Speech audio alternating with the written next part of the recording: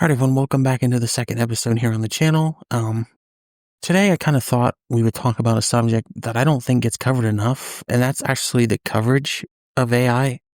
I find it very fascinating that, in my opinion, when we reach either AGI or ASI, it's going to be like the equivalent of when we discovered fire. With the creation of fire, we created so many things from, being able to cook to starting the Industrial Revolution all the way up until today's technological advancements.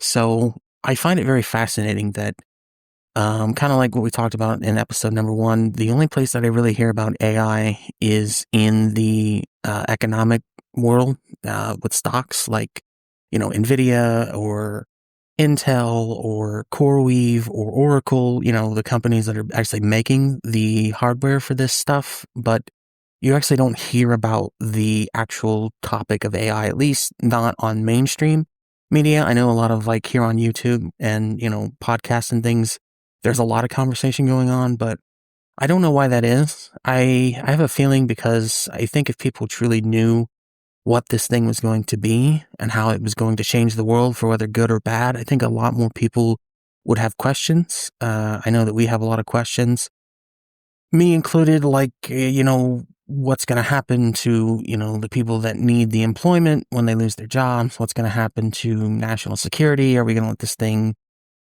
control everything from the tech sector to the economic form to healthcare to political, all the way down to people's lives, without even really voting on it or having any questions or concerns? But that's what I thought we'd talk about for this episode. And also the fact that there are multiple models of AI. There's actually, to my knowledge, I believe 7. We'll call them 7 of the main ones. There's OpenAI, which is Chat GPT. There's Google with Gemini 3.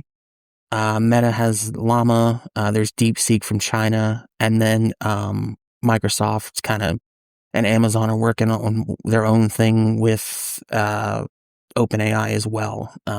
Some of the other players are like Nvidia. They make the chips. Oracle, kind of hosts the data centers. I'm sure people have heard about that. That'll be another conversation for another episode about just the infrastructure and the data centers of AI. But for now, we kind of have the big players. And then, of course, DeepSeek with China. That's an international one. We really don't know that much about DeepSeek because China's not keen to share. I will say that the beginning of 2024, DeepSeek came out, and it was actually proven to be the cheapest of the open models. It's obviously open sourced, so what that means is that you're able to get a copy on your local hardware, which is kind of big. I believe the only one that does that right now is Meta, their Llama version, and there was questions about whether that was or wasn't. So each of them have their pros and cons. For me, right now, the ones I mostly use are the 3, which is OpenAI, Chat GPT, the free version. I use the pro version of Google Gemini 3, and then I have played around with DeepSeek, both on their website and locally on a machine. You do need a lot of hardware to get DeepSeek on a machine to run like servers and stuff, and you also need a lot of storage, so keep that in mind. But for what I use on day-to-day, like to answer questions or plan my day or, use it in a general functionality like I think most people do, I think so far Gemini, Google's best model that they just came out with is pretty darn good. But that's why I don't understand why people aren't talking about it. It's quite interesting. Like, I don't understand how people don't talk more about these models and the ability they're going to have, because what I actually am afraid of is not necessarily there will be one artificial intelligence with, consciousness, AGI, ASIs, actually multiples of them. That is when we risk a massive global catastrophe, because if you have not just one of these things, but multitudes, they're all going to feel threatened by each other. I hear a lot of people talking about AI is going to be a catastrophe for human beings. If there's just one, the probability is pretty high, but if you start getting 4 or 5, the number goes up by massive amounts. And like I said, we don't really know what goes on in international affairs. Like, I think Europe has one. I don't really hear a lot of noise about their model or what they're doing. You know, I don't hear anything like Australia or, the EU or, the Asian countries besides the Chinese. And right now, from what I can tell, it's just a two-horse race. All the other countries either seem to not be able to figure out how to regulate their AI, or they're busy doing other things like, over in Russia. I believe they have a model. They're kind of, maybe, I have no idea. Like, I haven't heard anything. So I know like the South American countries are also in the same kind of boat, and our friends up to the north, the Canadians, I still don't know what they're doing either. But I just find that fascinating that for right now, it's just a two-horse race, and we don't hear, we have like 5 companies here in America, one over in China, and we don't really hear anything about it. We don't hear, like, how do they teach these things? How do they, I know they're large model scales of learning. Basically, they input everything that we've ever done as human beings, whether writing, audio, video, even this YouTube video will go into the AI training, which is insane if you think about it. So anything you've ever written, anything you've ever done, any music that any artist has written, movies, everything, it goes into like this big box, and they just throw it in there, and it learns, and they do that over and over and over again, and then they duplicate that, which is why they need so many data centers. But what I was kind of interesting, like thinking about tonight, was the fact that like people don't really know what AI is. I think they think it's like, a genie, or like, you just ask it something that automatically has the answer. A teacher maybe would be a better word to describe it. But I think it's something more than that. I think it's going to be like I said, like fire was for us when we first discovered fire, when we were primates thousands of years ago. It was a tool that, created so much different things, also for good and bad, because fire can destroy things along with create things. It could, burn down the forest, but also help you cook a meal. And I think AI is like that in a sense, where it's even a little bit more than that, because once we go into, and we're talking about AGI and ASI, artificial superintelligence and artificial general intelligence, once we get to the point where this thing will be the smartest thing on the face of the earth forever and always, a matter of fact, possibly in the universe, we really are going to be too late to kind of have the conversation of what are we going to do, because that, toothpaste will be out of the tube. It'll hopefully not think like a human being, and, see us as competitors, or threaten to try to take us down. My personal opinion is I think they'll see us like we see ants. When you're going about your day, you see an ant, you don't think anything of it. You're more intelligent, you're stronger, you're faster. Like, I think that's how super intelligence, once they reach that point, they will see us. Now, they might see us as a threat to either use up resources or create some kind of other AI to compete with it, and that's when it will have a big problem. And that's what I'm kind of hoping that companies will start to figure out, is whether this thing can feel emotions like, jealousy, anger, fear. Right now it's just a word prompt, but when it gets to the point where it has super intelligence, if it has intelligence, will it have feelings? Will it be, threatened? Will it feel happiness? Will it feel anger? And I don't know if that's ever been proven or discussed. So I thought it would kind of be a cool topic to kind of tie in with everything else too. Like the fact that nobody's really talking about AI besides it being like, a great deal on Wall Street. Nobody's talking about whether this thing will see us as, competitors, and what are we going to do about that? What are we going to do about the human aspect of not only job loss, but the real threatening fact that people are going to be sitting at home with nothing to do, angry because they lost their jobs, and everything else that we have going on in this particular time, especially here in the States. People are already angry and depressed, and there's like a loneliness epidemic. That's why so many people are actually getting attached to their chat bots, which is weird in itself. Like the fact that that these things can already get people to psychologically connect to them without really even being conscious is in itself really scary. And that's why, like, I made this channel because I can see all this stuff coming. Like the fact that, you're going to have people out of work. You're going to have this thing on the loose with seemingly no controls, no barricades, no anything. And we don't even know what it's going to do, how it's going to react, because I was reading a paper that was actually published called AI 2027, which is kind of the reason I started to notice things as we approach here at 26, because, I think it was released in the beginning of this year, but, you start to look at 25 and then 26, you think, 27 is a long way away. Actually, it's not. It's literally a year away. We're just beginning at the end of 25. The time I'm recording this is the 29th, basically, of December. So the new year will begin, and we literally have 365 days from January 1st until next year, and then it'll be 27. And if you actually believe some of the things in that paper that talk about how AI agents, which are coming out this year. So if you read the paper, it's actually following so far the step by step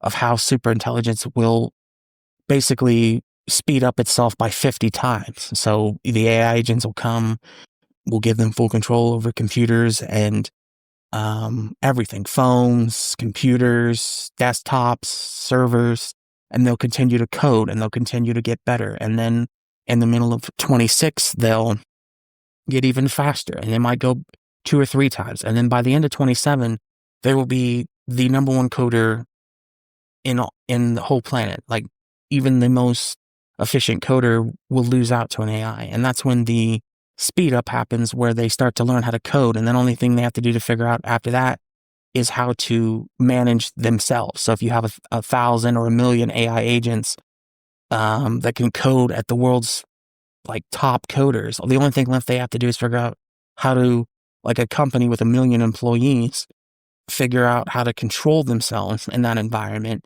And then once they figure out not only how to control themselves, then use that to push to what their goal is, which we don't even know because, again, we don't have the thinking capacity to think like a super intelligent thing that, we as humans, we have goals, start a family, make a decent living, take vacations, enjoy life, because time's so short for us. For them, for an AI, time is infinite. It's, forever. They won't get tired. They won't die. They won't need to sleep. They're thinking about millions of years into the future, while we think about 70, 80 if we're lucky. And so that's kind of like what you don't hear anything about that. Is like, what are they going to want? What are they going to want to do? Are they going to want to continue to do what we say? Because I have a feeling, like I think most people out there will agree, that if you had super intelligence, right? So the example would be like for people's dogs. If your dog could talk and came up to you and said, "I want you to do what I want to do," for the most part, you're smarter than the dog. You're going to do what you want to do with the dog.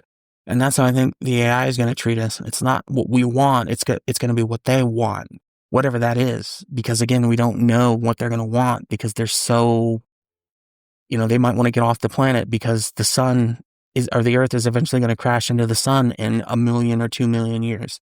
Well, and they're thinking they might want to leave the planet. Well, if they want to leave the planet, they're going to try to figure out a way to speed up and navigate, dimensional travel, figure out how to build better rocketry, build better, systems, and being able to have enough fuel, maybe create a new fuel source or something like that.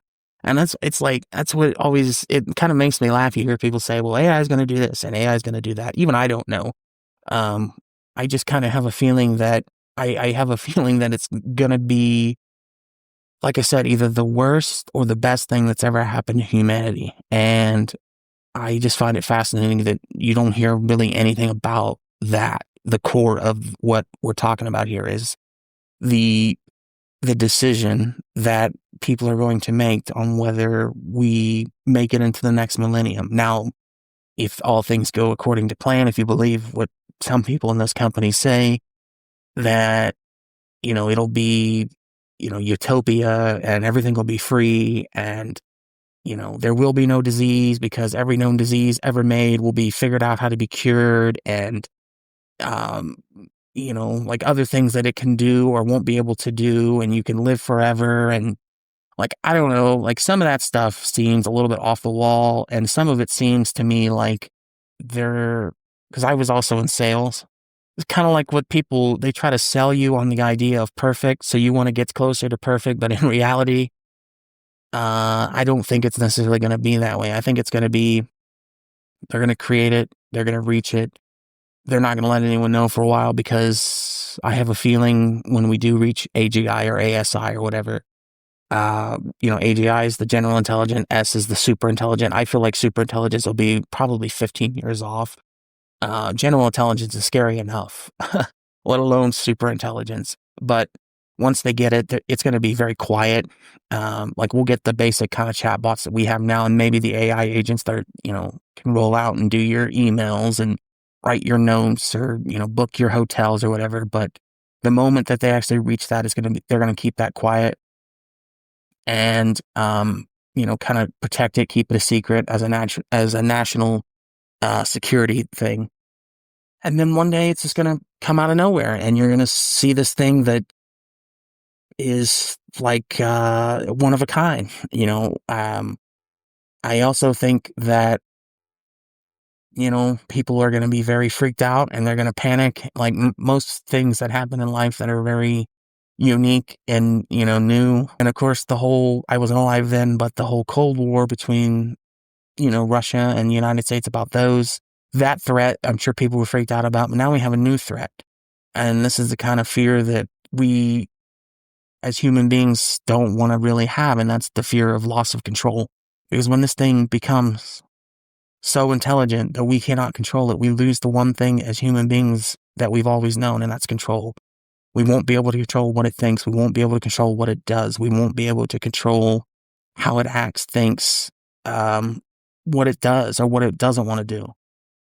So yeah, and that's why I wanted to make tonight's episode. I find it very fascinating that you turn on the TV and it's like, no, the news is like, here's the other 10 stories that don't really matter, when the number one thing I think that people should investigate and ask questions, and maybe the general public should hold a vote or some kind of topic or discussion, actually bring people out from these companies to discuss and talk about what this thing is going to do. Like I don't think they're spending trillions of dollars for a thing to write people's emails or book them a hotel at the Holiday Inn. I don't think that's why these companies are spending. And if you look at some of these companies, $1 trillion. By the end of 2026, some of these companies are actually bankrupting themselves, like Oracle. And I know Oracle's taking on so much debt to try to build these data centers. The same thing with, places like Microsoft and Google, not as much, but still a lot of debt and cash flow into these supposedly friendly, fly around and check you in and help you reach utopia. I don't know. It's very interesting discussion. So that's what I want to kind of make tonight's episode on. Just curious to see what people think also. Like, do people actually fear what comes in 26 and 27? I think 26 will be pretty quiet. I think they're going to roll out some of the AI agents, and they're going to start with the taking the AI into the world kind of thing, building out its ability to understand how the human world works. Because if you think about it, AI is mostly a white collar thing. It stays on the computer, it stays on our phones. It doesn't necessarily have the concept of what life, like human activities are.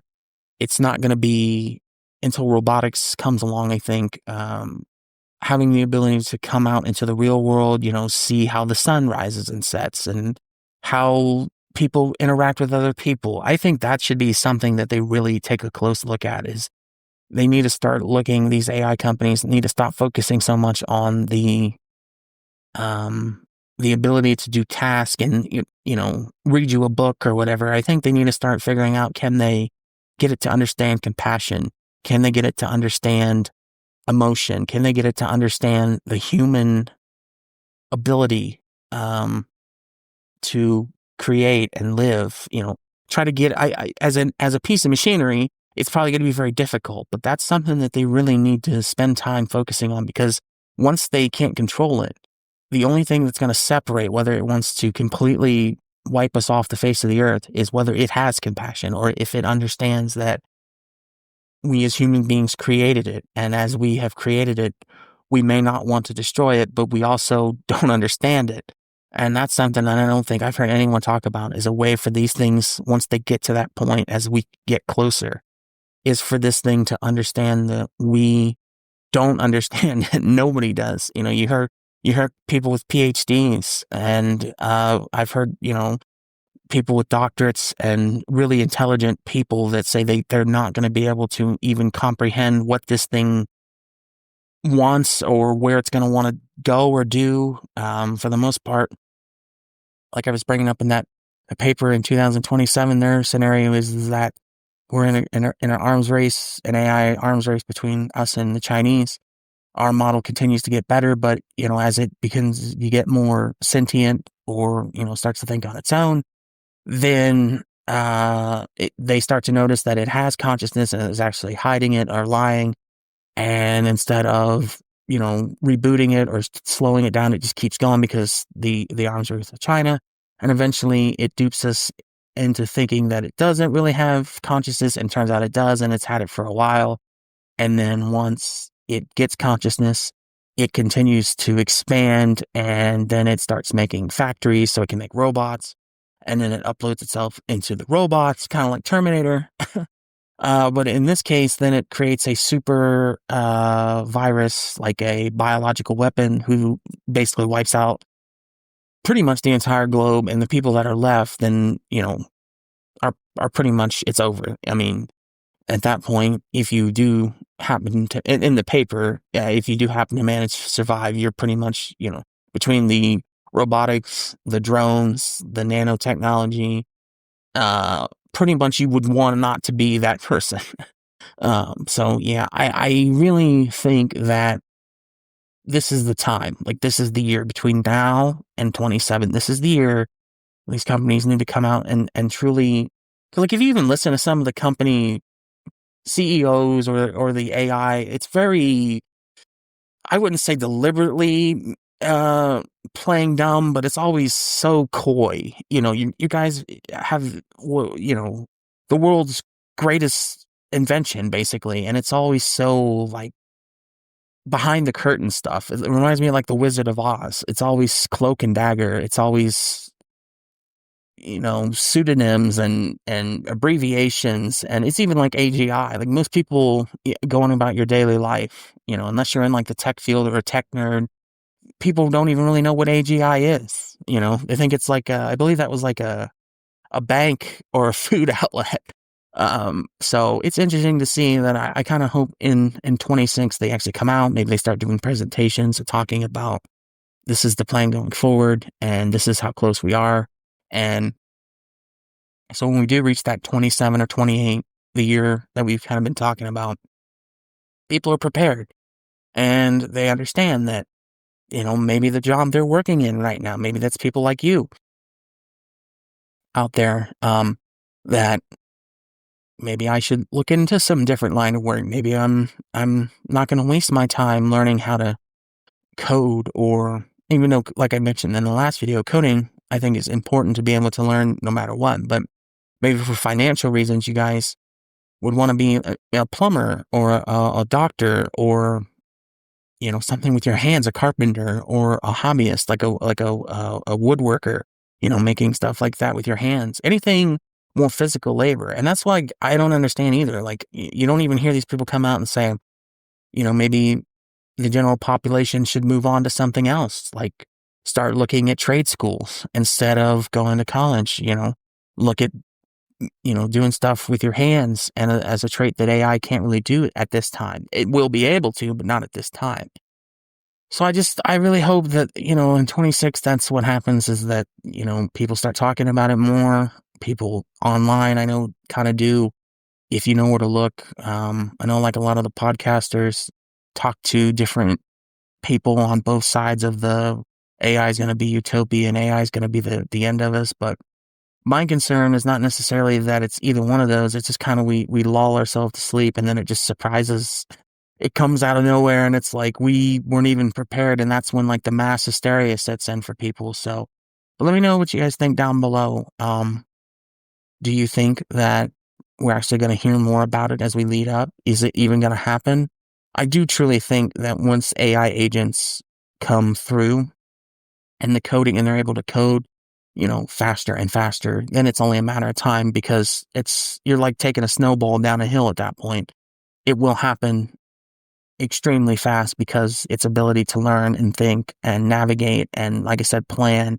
So, but yeah, I just wanted to kind of come on and talk about what I thought, what I've been kind of noticing about the ability to talk about AI, or the lack of being able to communicate about AI, and just the fact that I don't think many people truly pay attention or understand about not so much the threat, because to be fair, we don't know either one way or the other. And I think that's what, I mean, people have spent a lot of money and time trying to figure that out.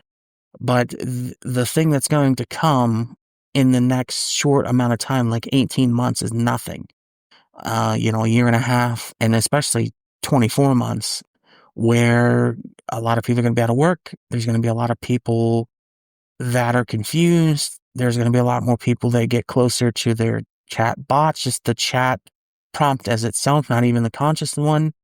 And what are we going to do with these people? How are we going to help them? How are we going to compensate them for their loss of work? How are we going to protect people so they don't get indoctrinated by their AI? How are we going to,